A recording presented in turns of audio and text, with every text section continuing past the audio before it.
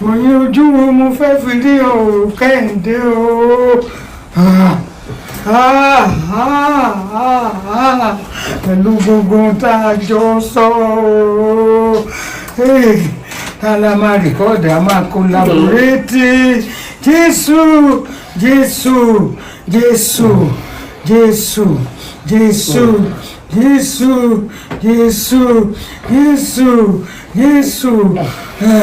ìwọ ló yé o ìwọ ló yé o ìwọ ló yé o Kẹ́nì Kẹ́nì Jésù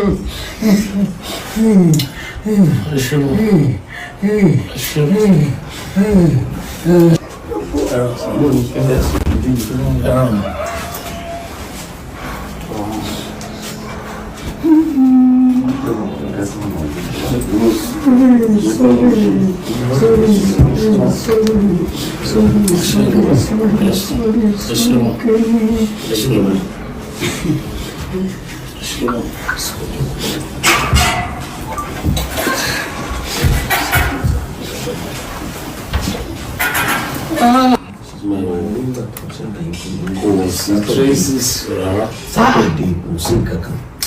fatima tó wá sórí wọn ní sátidé tó ṣe bá wọn ṣe lè deny. bí tí ọ̀rọ̀ ti dá mi because in fact ní Taiwo ní àti Taiwo wọn tó lè gbé okay in fact lọ́jọ́ sátọ̀dé yẹn àwọn tán wá ẹni tó drive wọn wá òun ló sọ pé ẹni yóò mọ mọ́tò wa òun ló bá wọn tán ó máa ń gbé mọ́tò jáde tó ti géètì ní 9 lálẹ́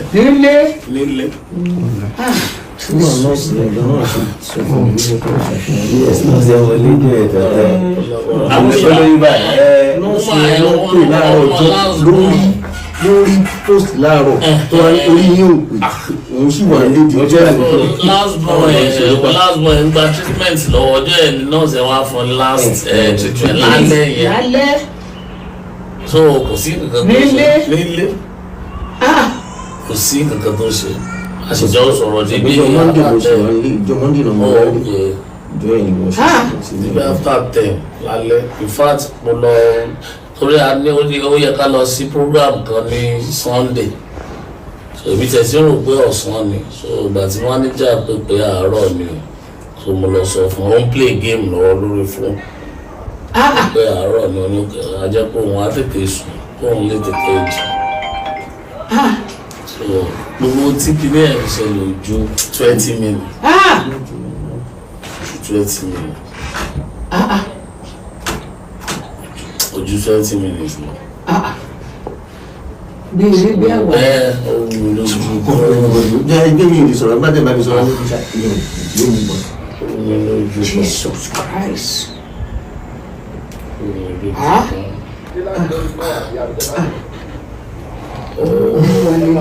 in fact olúwa lélẹ́ yé o mo ní láwọn ọmọ tí mo ti rí tá a sọ pé à ń bọ̀ kíní kan tá a fẹ́ sí o sọ à ń bọ̀ o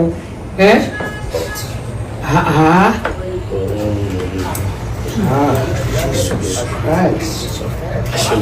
ọlọ́run mọ̀ ju ẹ̀dá lọ́wọ́.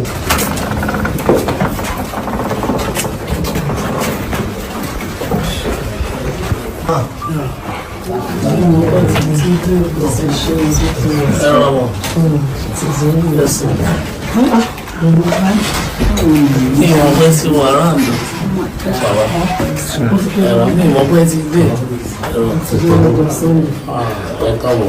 ẹ̀rọ